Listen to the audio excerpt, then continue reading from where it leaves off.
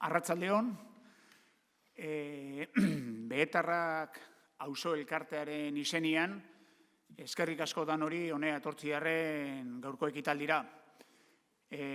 Hasi aurretikan aurkeztuko ditxuraz maixan dauzen persona bixak. Elena Barrena Osoro, historialarixa eibartar famatua, berak aurkeztuko duzku gaur gure inguruko bire mediebalak, eta bere onduan, bere eskerrian, alkatia Jon Iraolak egingo dabena ondoren harrera bat. Arratsaldeon, buenas tardes. En nombre de la Asociación de Vecinos Behetarrak, agradecer, como no puede ser de otra manera, vuestra presencia aquí hoy y presentaros a las dos celebridades que están aquí en esta iglesia de Azitain, que son Elena Barrena Osoro y el alcalde Jon Iraola. Entonces, Jon Iraola, le cedo la palabra para que haga la introducción y empecemos con el acto de hoy. Eskerrik asko. Eskerrik asko, arratsaldeon guztioi eta ongi etorriak gaurko hitzaldi honetara. Ego Ibarra batzordeak antolatutako Eibartik Eibarrera zikloaren 7 hitzaldietatik azkena.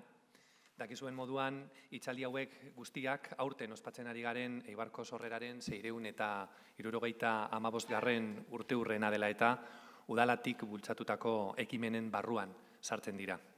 Iraiatik hasita eta gaur arte, Eibarko historiarekin lotutako informazio eta bitxikeri asko ikasi eta ezagutu ahal izan ditugu.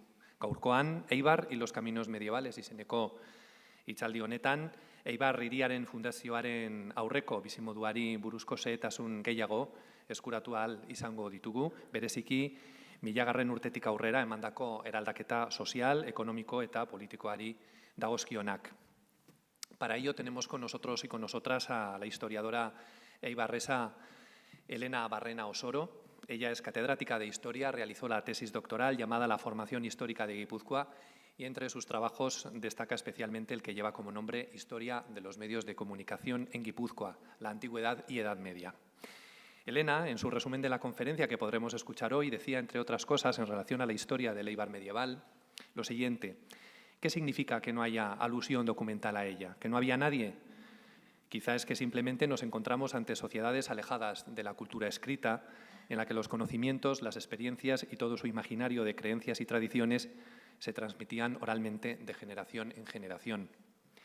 Por ello, hoy, gracias a Elena y a su trabajo e investigación profundos y detallados, vamos a poder conocer muchas cuestiones sobre esta etapa de la historia. Bestalde, zalantzarik gabe, hemen gauden guztion interesekoa izango den hitzaldi honi hasiera eman aurretik, eskerrak eman nahi dizkiet Behetarren batzordeari eta Azitaingo parrokiari ere, euren laguntza ezinbestekoa izan baita hitzaldi hau hemen egin ahal izateko. Asko izan dira Eibarko sorreraren 675. urteurrenaren inguruan antolatutako ekitaldiak eta asko dira baita ere, urteetan zehar Ego Ibarrak bultzatu dituen lanak eta ekimenak gure hiriari buruzko ezagutza areagotu dituztenak. Ez naiz gehiago luzatuko, Elenari emango diotitza, disfruta dezagun Eibartik Eibarrera zikloaren 7. eta azken hitzaldi honekin, Eibar y los caminos medievales. Elena, te cedo la palabra. Eskerrik asko, muchas gracias. Bueno, arratsaldeon, edo gabon, guztioi. No puedo empezar de otra manera que agradeciendo a la organización que me hayan invitado a participar en este encuentro, porque ya hace años yo no me dedico ya a la historia ni a la historia medieval, pero cuando me dijeron que era en Azitain, pues me tocó la fibra, el corazón, y cedí, a pesar de mi resistencia inicial, porque no por Eibar, sino porque ya tenía abandonadas estas actividades. Entonces, les agradezco porque es un lugar que me trae recuerdos de mi niñez, de mi juventud, y nunca me hubiera imaginado venir a Azitain a hablar de historia medieval, que ha sido pues gran parte de mi ocupación profesional. Por lo tanto, es algo emotivo y espero que, iba a decir a ustedes, pero me resulta muy difícil, a vosotros pues también os aporte algo positivo. Éibar y los caminos medievales. No he querido titular Los caminos medievales de Éibar porque hubiéramos finalizado ya, no tendría nada que decir, por desgracia. Éibar y los caminos medievales, entendiendo o pretendiendo, mejor dicho, situar a Éibar en relación a lo que conocemos de los caminos o de las rutas que a lo largo de la Edad Media se utilizaban. ¿Cuál era la posición de Éibar y cuál ha llegado a ser desde que conocimos? Empezaré por una premisa muy básica. Los caminos son proyección de cómo ocupamos y cómo explotamos el territorio. No hay caminos naturales. Resultarán naturales o no, dependiendo del lugar en el que nos asentemos, del lugar en el que hagamos la vida. Hoy día, asentados aquí, al lado del Ego, en el fondo del valle, pues para ir al Goibar, por ejemplo, nos parecerá natural la vía de comunicación que bordea el río. Sin embargo, no siempre ha sido así. Durante muchos siglos, los fondos de los valles eran zonas de las que la población rehuía. Eran zonas muy húmedas, dominadas por la vegetación, escasamente transformadas. Siglos en los que, como decía el poeta, de que el camino se hace al andar, era verdad el dicho en sentido estricto. Los caminos se abrían simplemente por su uso, por el tránsito de personas y ganado, y si tal uso se abandonaba, el camino desaparecía, dejando una huella muy débil, muy endeble, o quizás ninguna huella. Por lo tanto, para vislumbrar cuáles fueron los caminos, las redes camineras en la Edad Media, en este entorno, y poder valorar la posición que Éibar ocupaba en ellas, no tenemos otro camino, valga la expresión, que dejarnos guiar por la evolución del poblamiento, de la manera, del lugar y la manera en el que la población ha ido ocupando y explotando el espacio, ha ido ocupando y explotando el territorio en este entorno. Porque a pesar de lo que nos viene a la cabeza cuando hablamos de la Edad Media, una época oscura, atrasada, oscurantista, alejada de cultura, frente a esa imagen, la Edad Media fue una época de importantes y trascendentales transformaciones. Valga como una prueba, que precisamente estamos en la villa en la que se fundó, que se creó en el siglo XIV. Y aquí seguimos viviendo bastantes siglos después. Igualmente, seguimos transitando preferentemente por la vía de comunicación que se abrió en esos siglos medievales. El siglo XIV, probablemente antes. Son realidades creadas en la Edad Media de las que nos seguimos aprovechando. Una transformación a lo largo de la Edad Media que hizo que Éibar pasara de la marginalidad a la centralidad en las vías de comunicación de este entorno. Ahora bien, si los caminos no dejan huella, si las fuentes documentales que tenemos sobre Éibar son muy tardías muy escasas, muy poco expresivas. ¿De qué nos valemos? ¿Con qué recursos contamos para poder trazar esas vías de comunicación, para poder trazar esa evolución que, como digo, lleva a este entorno de la periferia al centro? Pues tenemos dos apoyaturas fundamentalmente. Una apoyatura es que la investigación histórica medieval sobre el entorno vasco en general, que da el Cantábrico, ha avanzado muchísimo en las últimas décadas y nos ha proporcionado un marco de conocimiento sobre los cambios que se dieron entre los siglos XI y XIII. Un recurso. Y el otro, la otra pata para este camino, es que en ese marco los datos que, aunque escasos y tardíos, tenemos sobre Éibar, se integran perfectamente, plenamente.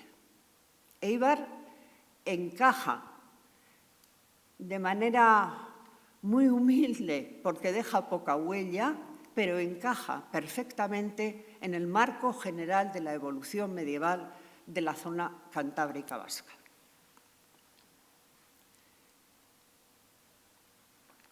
Pues bien, ¿cuál fue esa evolución del poblamiento? ¿Cuál fue la evolución en las formas en las que aquellas comunidades se asentaban y explotaban el territorio? En líneas generales, podemos decir que nos encontramos con una tendencia descendente del poblamiento, de la montaña al valle. Tendencia en la ocupación y en la explotación desde la montaña al valle. En un principio se vislumbra que las sociedades son sociedades, en este entorno fundamentalmente pastoriles, que tienen su fundamento económico en la explotación ganadera y el bosque, en la explotación forestal, y en consecuencia ocupan preferentemente la montaña. Ocupan la montaña transitoriamente, ya que su actividad fundamental es la trashumancia de la montaña en ambas vertientes. El verano en la zona superior, el invierno en la inferior, con algunos asentamientos, preferentemente a media ladera, para poder llevar a cabo las actividades derivadas, por ejemplo, la elaboración del queso, y para la subsistencia familiar.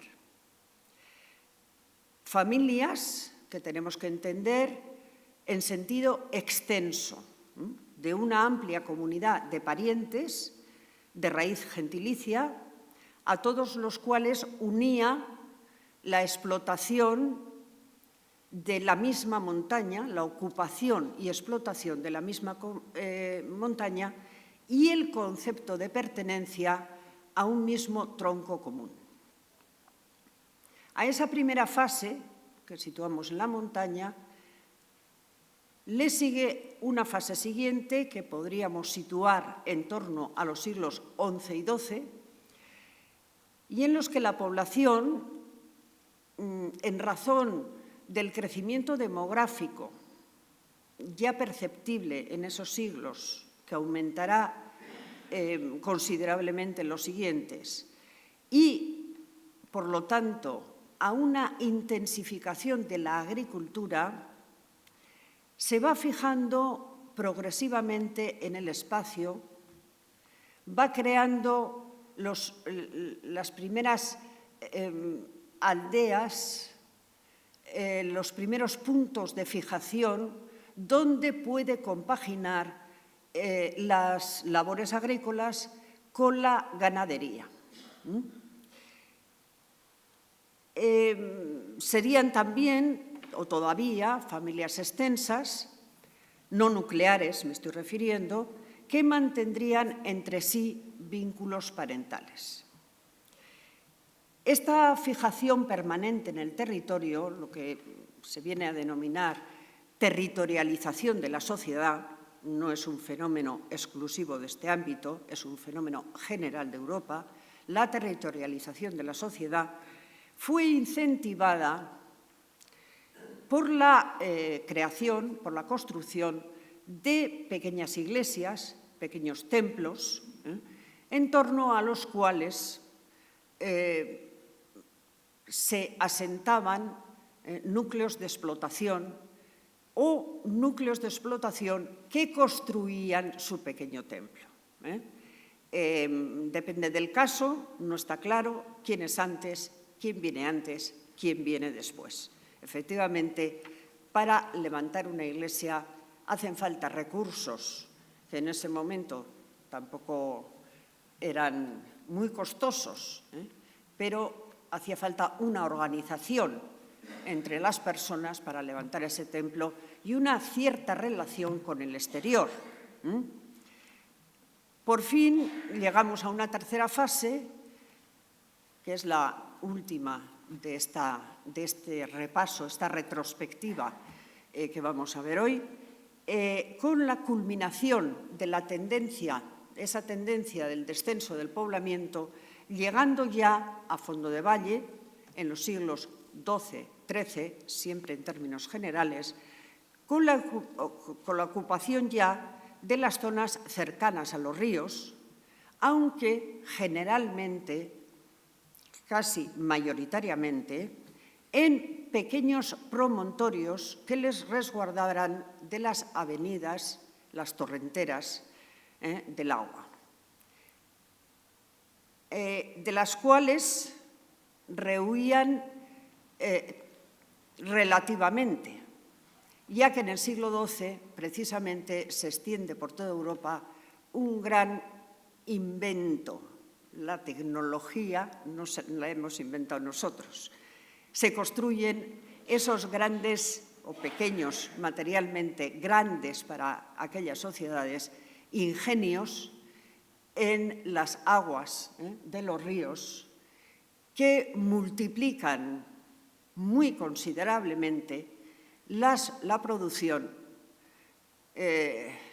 llamemos molinos, llamemos hierro, las ferrerías bajan a los ríos. De las aiseolas, con un costosísimo proceso de elaboración, bajan el alto, las aiseolas, a fondo de valle. La energía hidráulica es un motor de desarrollo, de crecimiento muy, muy destacable. Pues bien, a cada una de estas fases hace referencia la documentación que habla de Éibar. En primer lugar, la documentación referente a Éibar nos la sitúa en el Valle de Marquina.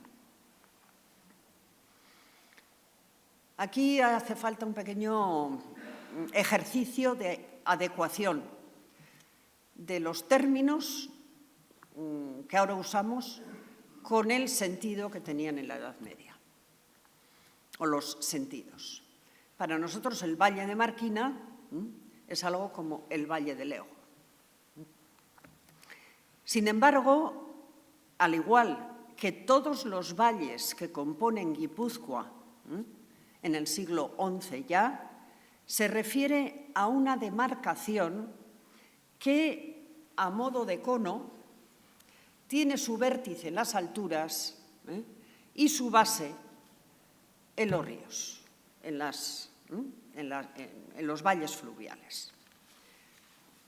Todo el territorio de Guipúzcoa, como digo, estaba ordenado, porque esta es el espacio no tiene una ordenación social con nombre. A veces, como nos ha sido dada, pues pensamos que la organización del territorio, pues naturalmente es así. En la historia ha habido modos, maneras muy diferentes de organizar el espacio, de denominar ese espacio y de calificar ese espacio. Toda Guipúzcoa estaba organizada en este tipo de valles, valles de montaña, diríamos, me viene en este momento a la cabeza, pues el Valle y Comunidad de Roncal, valles de montaña.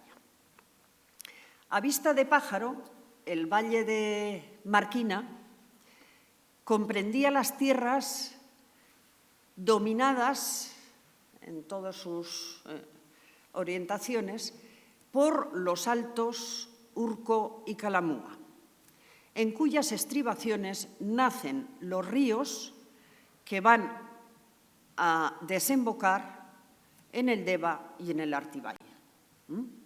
El Ego, por una parte, o el Amayola y el Goicola por el norte. Esta unidad, Urco-Calamúa, por donde hoy precisamente discurre el límite entre las provincias de Guipúzcoa y Vizcaya, emerge como el gran núcleo del que se extiende el pastoreo a una y otra vertiente. Es una unidad.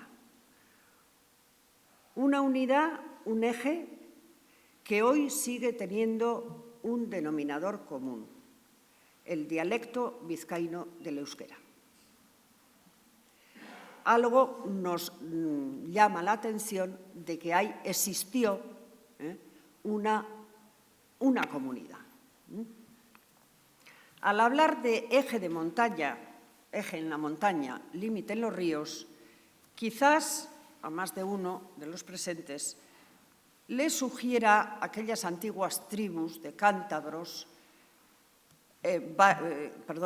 caristios, bárdulos y vascones que refieren los romanos muchos siglos atrás y que también tenían su eje en las altas estribaciones del Aralar a Esgorri-Gorbea y se extendían por sus vertientes norte y sur hasta el Ebro y hasta el Cantábrico. El hecho de que todavía en el siglo XIV podamos percibir esos mismos criterios de organización territorial nos lleva a vislumbrar o a deducir la larga perdurabilidad que tienen en los siglos altomedievales los criterios de organización social basados en la ganadería y llevados a cabo por sociedades ordenadas, jerarquizadas por el parentesco, grupos de parentesco extenso que permitía a todo el grupo, a toda la comunidad, disponer de campos abiertos para el pasturaje. El pasto y la trashumancia no permiten la privatización de lotes que exige la agricultura. Por lo tanto, los campos tienen que estar abiertos, tienen que estar disponibles para todos los rebaños. Por lo tanto, lo importante no es la propiedad de la tierra, lo importante es la disponibilidad de los frutos de la tierra. Esto es algo que en la cultura latina pues no cabe y choca muchas veces.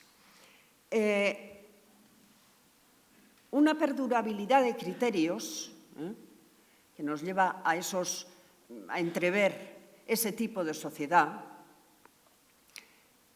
que no equivale a estatismo en la evolución.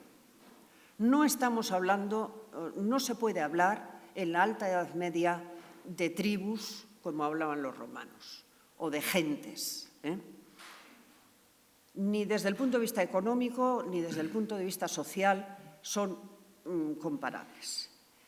Ya el hecho de que en el mapa se nos individualice, se nos distinga el Valle de Marquina o el resto de valles en Guipúzcoa, el valle de Iraurgi, el valle de Iciar, el valle de Areria, de Ozcue, todos ellos son valles dominados por una altitud, el de Iciar bajo el Anduch, el valle de Iraurgi, Isarraitz, Areria y Ozcue, Aralar, todos son esa prolongación del pasto desde la montaña al valle. Aunque sigamos hablando de eso, ese mismo criterio, estamos hablando ya de, si se me permite la expresión, parcelas individualizadas que tienen un nombre propio, un nombre que les diferencia. Y ese proceso, esa evolución de fragmentación de los amplios marcos trashumantes pastoriles a otros más reducidos, diferentes unos de otros, nos está hablando ya de una reducción de la agricultura, de la ganadería a favor de la agricultura, de una fijación y de una percepción del territorio en términos más reducidos. Por lo tanto, de una también fragmentación de comunidades amplias de pastores a comunidades más fijas en el territorio. ¿De dónde se ha fragmentado el Valle de Marquina? Si volvemos la vista a vista de pájaro, vemos que Urco y Calamúa son las últimas estribaciones, faltaría el Arno, del macizo de Oiz. Entonces, toda esa zona sería la antiguamente trashumante, donde por una parte se diferencia el duranguesado, por otra parte el Valle de Marquina. El duranguesado, que tanto intervendrá en la historia medieval, aunque no en este entorno solamente, y del que, vuelvo a decir, tenemos un elemento que todavía nos aúna, que es la variedad dialectal. Ese avance hacia la fijación, la fragmentación en ámbitos, en contornos más reducidos, nos viene también dado por otro dato, este documental, y es que esta zona de Eibar, dentro del Valle de Marquina, se dice que es la Marquina de Suso, la Marquina de arriba. Suponemos que hay otra Marquina de Yuso, Marquina de abajo. Sobre esto hay diferentes interpretaciones. Pero todas esas interpretaciones de Suso y Yuso, de arriba y de abajo, se han hecho desde la perspectiva del río, que si el Goibar era la Marquina de Suso y entonces Eibar, que está más arriba del Ego, de Yuso sería la de Suso. Sin que pueda asegurar nada, a mi modo de entender, Marquina de Suso es la Marquina de arriba, la más alta, frente a otra Marquina más baja, que sería la zona vizcaína. Esos enclaves de Barinaga, de Echeverría, que tenemos en la zona de Urco-Calamúa hacia la zona vizcaína, tienen una altitud en torno a 100 metros, y si vemos San Pedro de Acondia o Arrate, pues multiplicamos varias veces esa altitud. Entonces, la zona de arriba, la zona Suso, sería la zona guipuzcoana que queda de Urco-Calamúa, y la zona vizcaína. No se puede asegurar, pero lo que sí sabemos es que se diferenciaban varias marquinas. De nuevo, dentro del Valle de Marquina, otra nueva fragmentación, una mayor intensificación de la fijación del poblamiento de la agricultura.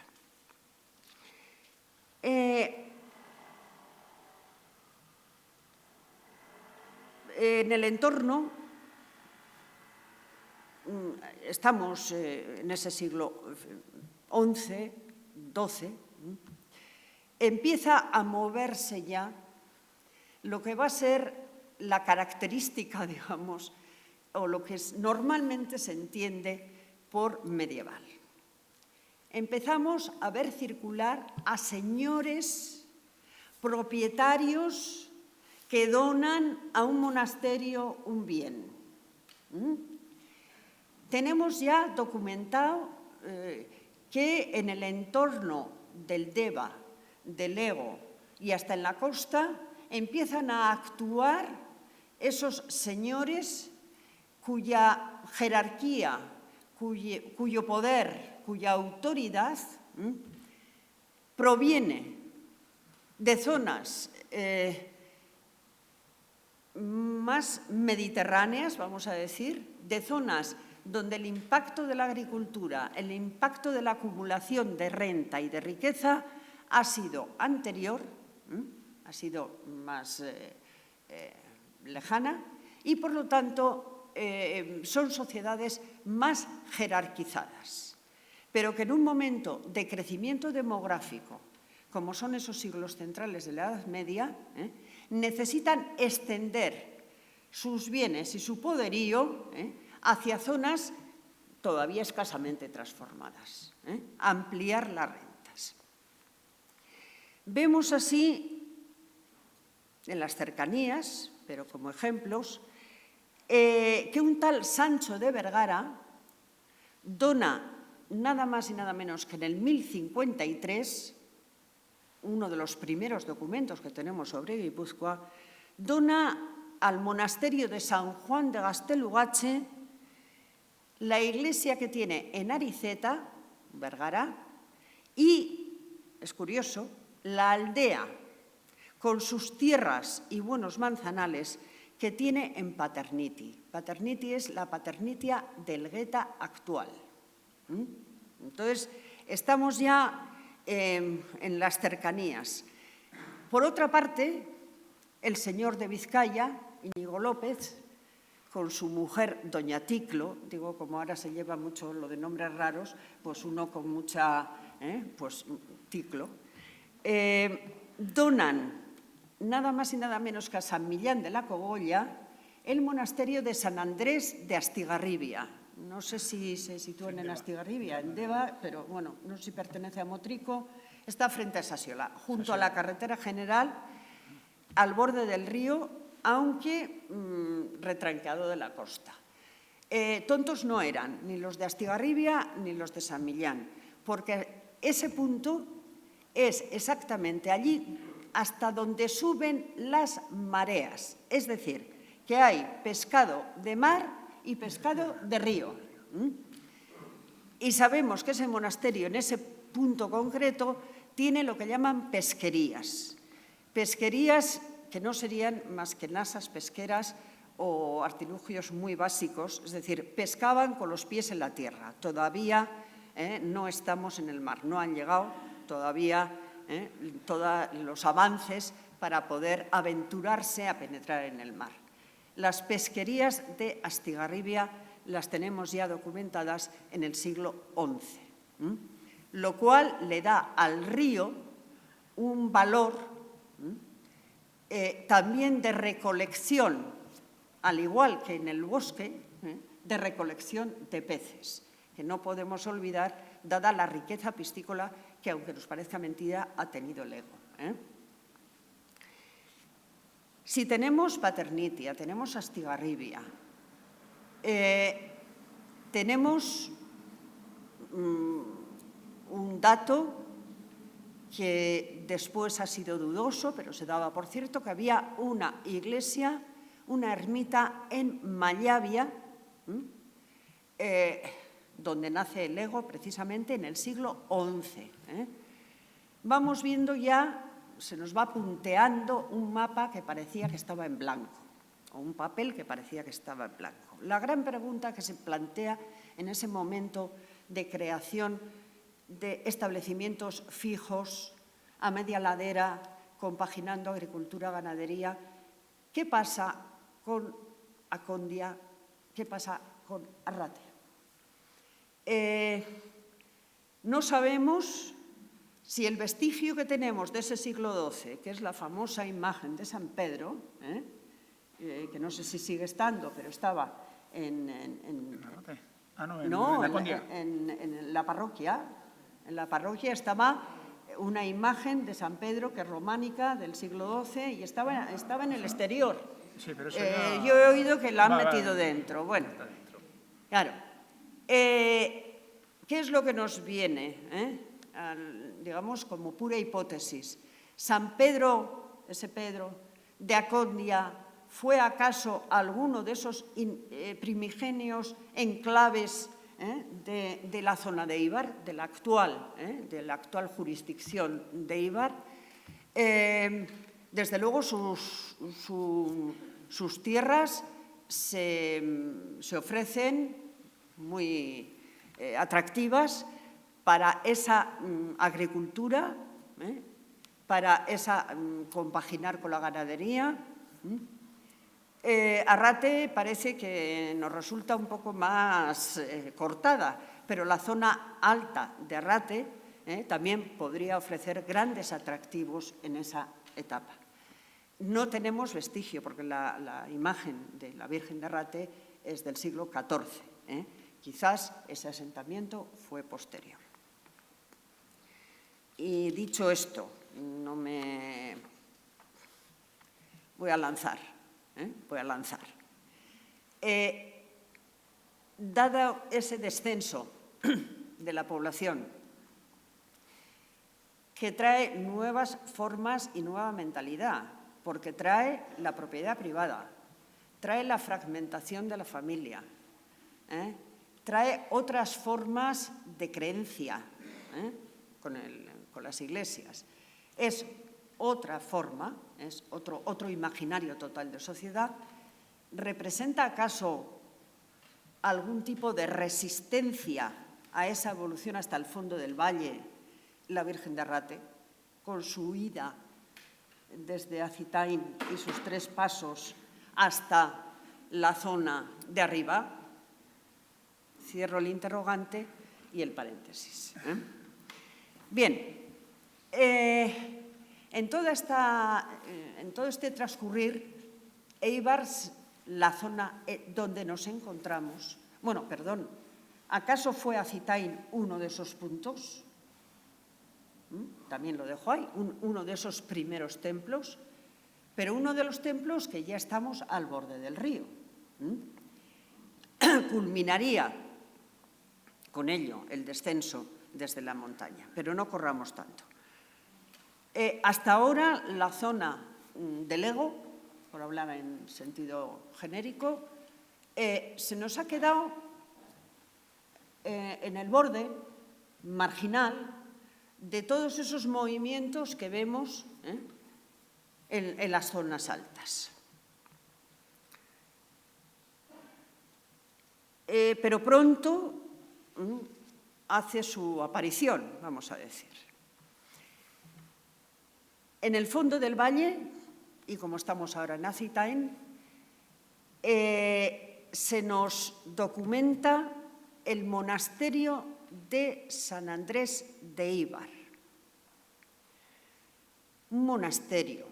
He hablado antes también del monasterio de San Andrés de Astigarribia. Otra vez tenemos que hacer una adecuación del término.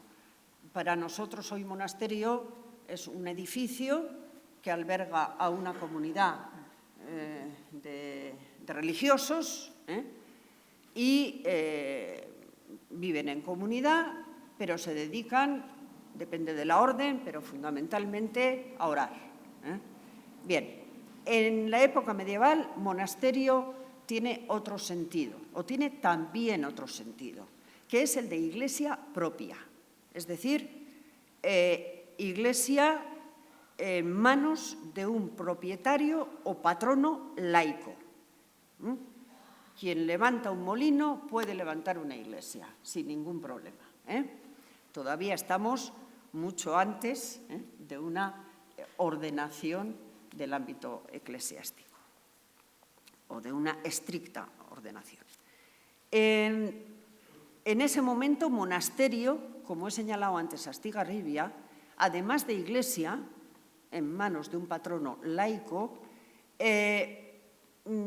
refiere también un conjunto muy reducido de casas, de familias, que son las que le dan vida a ese enclave, actividad y rentas a la Iglesia.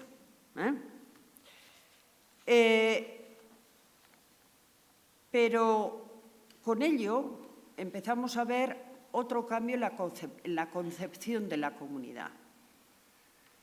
Lo que allí vive en torno a la Iglesia, aunque internamente sigan siendo familias extensas, regidas por el parentesco, empieza a crearse un vínculo de feligresía, vínculo de creyentes. Los vínculos sociales comienzan a diversificarse. Desde luego, San Andrés, el primigenio San Andrés, era un monasterio. Conocemos algún dato de él en 1267, un documento que se ha puesto en duda. ¿Qué dice el documento? Estamos todavía casi un siglo antes de la fundación de la villa de Éibar. ¿Qué dice el documento? Bueno, pues que el rey de Castilla, entonces Alfonso X, que era el propietario de esa iglesia, luego ya veremos por qué, le concede a Juan López de Gamboa, señor de Olaso, el patronato de esta iglesia. Es decir, le cede su cabeza, su jerarquía, el ser dueño de la iglesia, patrono de la iglesia. Con ello, lo que le cede son las rentas, los diezmos y otras rentas eclesiásticas, y la responsabilidad y el derecho de nombrar al clérigo o a los clérigos que sirvieran en esa iglesia.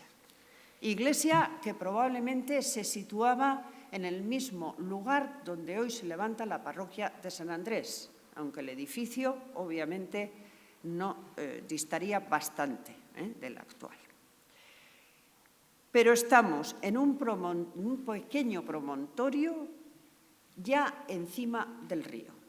Digo promontorio porque quienes hemos conocido, hemos tenido la gracia de conocer el discurrir del Ego, allá por debajo de la entonces calle 2 de Mayo, pues teníamos que subir a la iglesia, subíamos a la iglesia. En ese mismo lugar se levanta este monasterio. En el siglo XIII tenemos ya constatado el descenso del poblamiento de toda esta zona hasta, vamos a decir, el fondo, las cercanías del río. Allí donde se podían levantar eso que he llamado ingenios, porque ellos los llamaban así, como son los molinos y como son las ferrerías. Antes de entrar en ese punto, que llamará la atención, porque el hierro y Éibar y el trabajo del hierro y Éibar parecen indisolubles, sí, simplemente llamar la atención que la iglesia se llama San Andrés de Éibar, es decir, el topónimo Éibar es anterior a la construcción de esa iglesia. El aprovechamiento del río y de la fuerza hidráulica parece ser el atractivo fundamental para esa ocupación y esa vida que comienza a darse a ese tramo del río. ¿Qué tramo del río? Pues no tenemos muy claro. Tenemos otro dato bastante anterior a la fundación de Éibar, es de 1335, donde se nos habla de los ferreros que labran el hierro, en el Val de Ego, en el Valle de Ego. Que el trabajo del hierro parece asociado a los genes de Éibar es claro. Que esa alusión a los ferreros sea a los de Éibar no es tan claro. Si cogemos otros valles donde tenemos ferrerías muy bien documentadas, como es el valle de Sasiola, ese que termina en Astigarribia, o el valle de Mendaro, las ferrerías no están muy alejadas unas de otras, están como si fuera en línea, respetándose la fuerza hidráulica de unas a otras, pero no conozco ninguna ferrería aislada en un río. No creo que hay que buscar una o dos ferrerías. Probablemente el Val de Ego, desde Mallavia hasta este punto de Málzaga, tenía varias ferrerías y tendría varios molinos. Y tendría,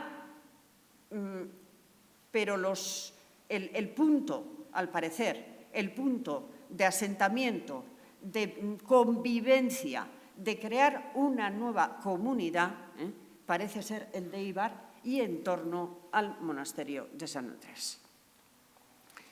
Ese documento, que es de 1335, no sé si lo he dicho, reitera una y otra vez que esos ferrones, diríamos hoy, pueden sacar libremente la madera del entorno, la leña, pueden usar el bosque, que nadie les estorbe en el transporte de la madera hasta la ferrería. Es decir, y reitera una y otra vez, según lo han tenido de los reyes donde nosotros venimos y según lo han tenido por uso y costumbre, según reitera en el documento de una forma casi abusiva, es decir, parece que no hay documento escrito anterior, pero sí uso y costumbre de actuar de esa manera.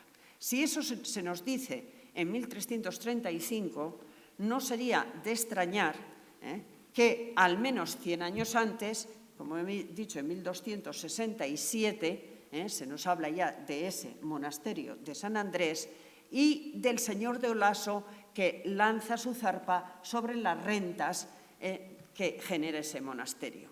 Desde luego, algún atractivo tenía que tener para que un Gamboa, llamado a ser jefe de los banderizos gamboínos, se atrajera la amistad del señor de Olaso con las rentas de ese monasterio.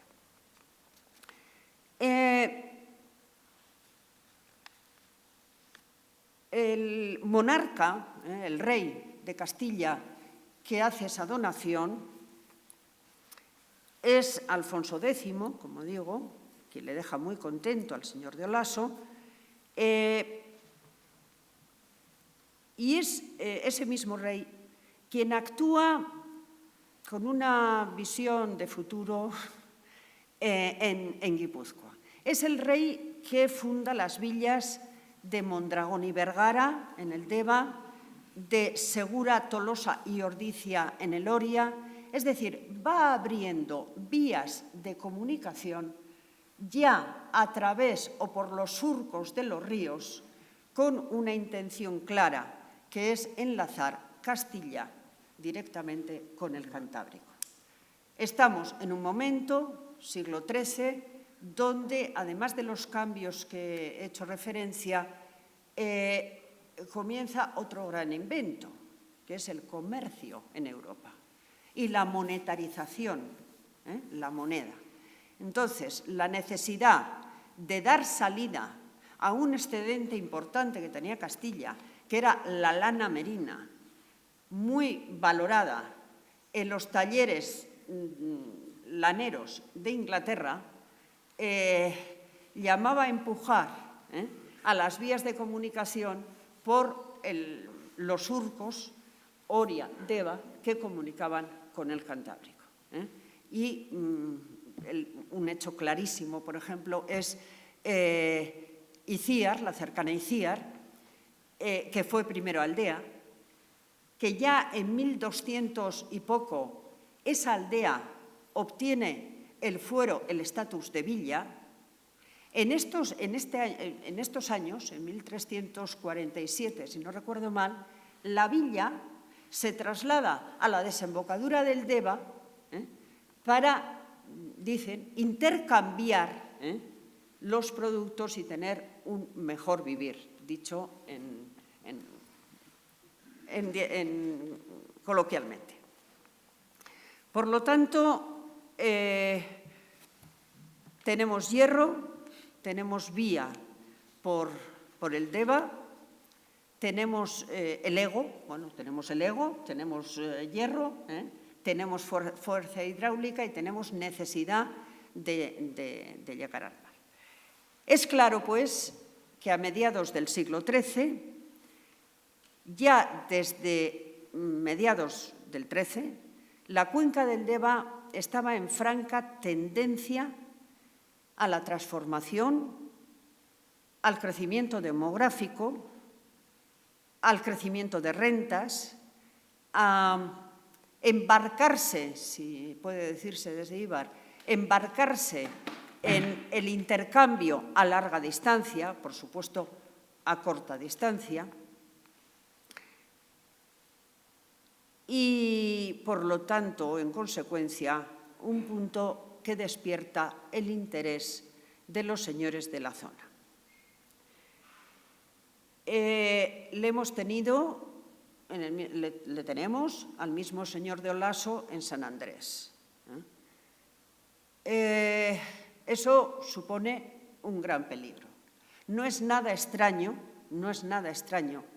que esos pobladores del lugar de Éibar, en torno al monasterio de San Andrés, soliciten al rey que les dé el estatuto de villa.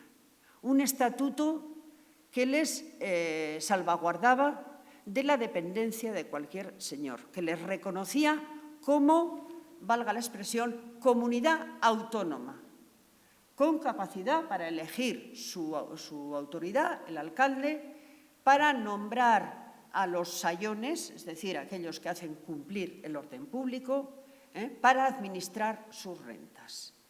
El fuero de villa, aunque llamamos de fundación y a veces pensamos que con eso nace la villa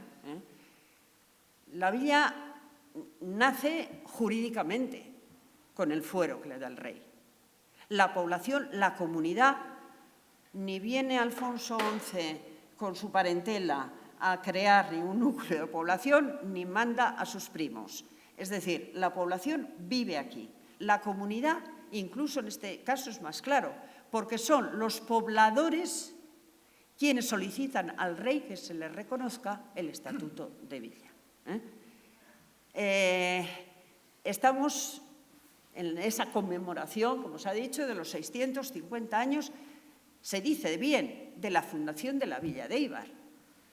Pero igual estamos en el 850, o pongan ustedes el número que les venga, de la formación de un enclave llamado Éibar, que no sabemos muy bien, no nos ponemos de acuerdo qué quiere decir, porque lo de ego y barra parece que no concuerda del todo para los lingüistas, y quizás hace alusión a algún otro elemento que dominaba en la zona.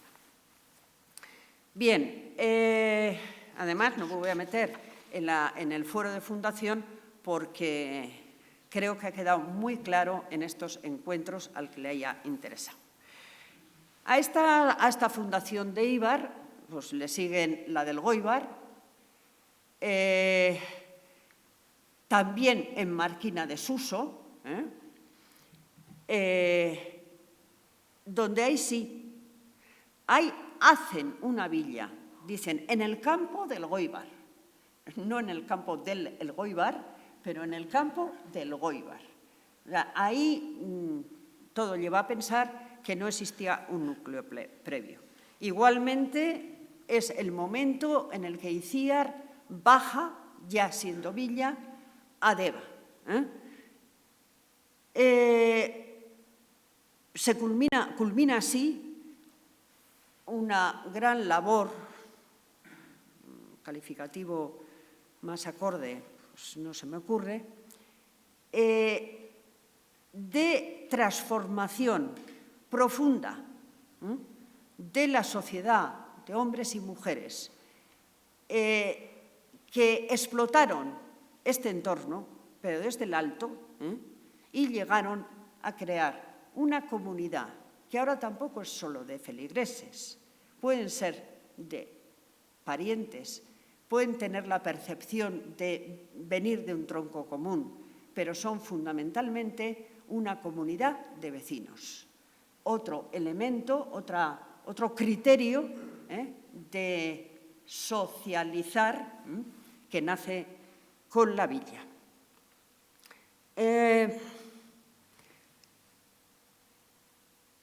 No solamente culmina un descenso, sino que se abre una vía de comunicación que esta sí nos resulta natural porque la reconocemos claramente.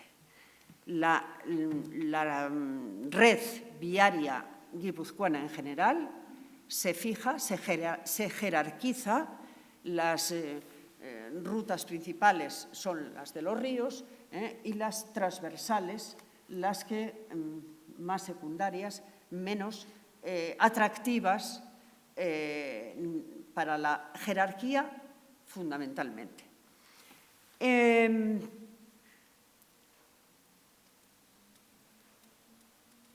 Al hablar de vías al fondo de valle, hay que relativizar. No discurren por donde hoy discurre la carretera general.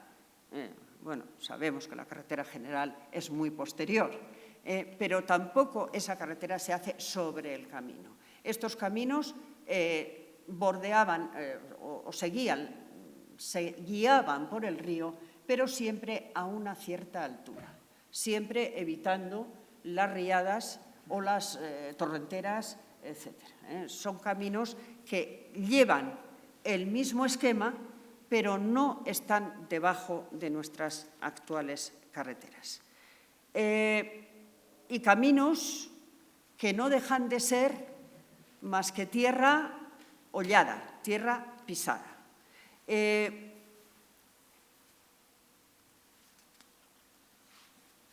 Desprovistos todavía de cualquier infraestructura que nos parecería necesaria. En un apeo de caminos que se hace en 1450 en el Goibar, se señala que el camino que va del Goibar a Eibar tenga camino real, es decir, camino real es camino protegido y exento de peajes, de cualquier peaje señorial o de cualquier gravamen que alguien quiera imponer a lo que se transita, a lo que transita por allí. Entonces, camino exento y camino protegido, un delito cometido en ese camino tenía una pena mucho mayor que un delito cometido en descampado, por ejemplo. Bien, lo que dice ese apeo es que el camino real que va del Goibar a Eibar tenga 3 brazas de ancho, unos 5 metros. Toda la obligación era que la vegetación no invadiera el camino, que siguiera manteniendo los 5 metros de ancho que tenía que tener un camino real frente a los 3 que tenía un camino público, un camino simplemente público. Bien, las villas tendrán la responsabilidad de mantener abiertos los caminos de sus respectivas jurisdicciones. No hay autoridad ni organismo que se preocupe del estado de los caminos. Cada villa cuida los suyos. Y esto es un enorme peligro, porque a mí me puede interesar mucho el camino y preocuparme por él, pero la villa vecina pues no le parece tan interesante o no tiene recursos. Y esto es hasta que las juntas generales, pero ya nos pasaríamos un poco más atrás, o sea, más hacia aquí, adquieran la responsabilidad de recordar a las villas que tienen que mantener abiertos los caminos. O sea que todavía estamos...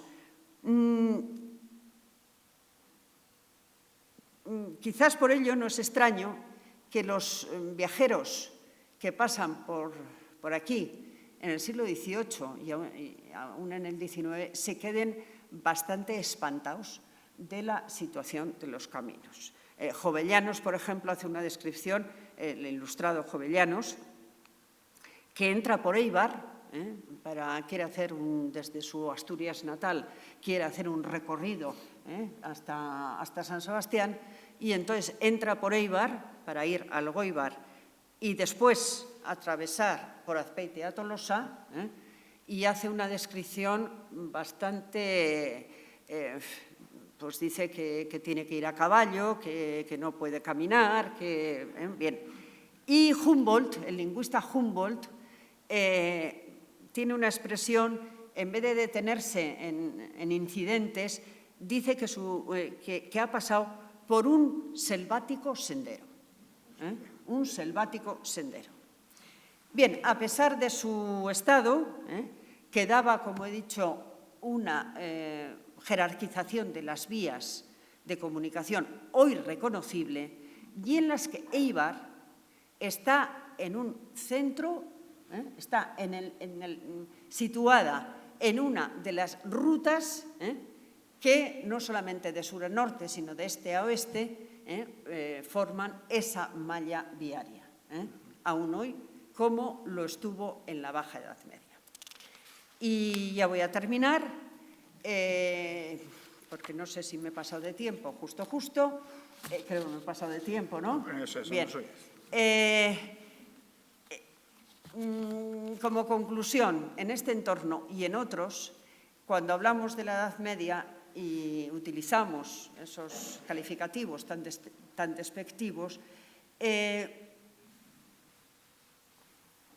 debiéramos de pensar que si hoy es que vemos más lejos porque tenemos más recursos y podemos hacer más cosas, quizás no es que seamos gigantes, sino enanos subidos a espaldas de gigantes, tal y como ya lo dijo el filósofo Bernardo de Chartres. Bien, muchísimas gracias. Termino, pero con un agradecimiento por la asistencia, por el silencio o la atención, que no sé si ha querido decir que les ha aportado algo positivo, como ha sido mi deseo. Eskerrik asko.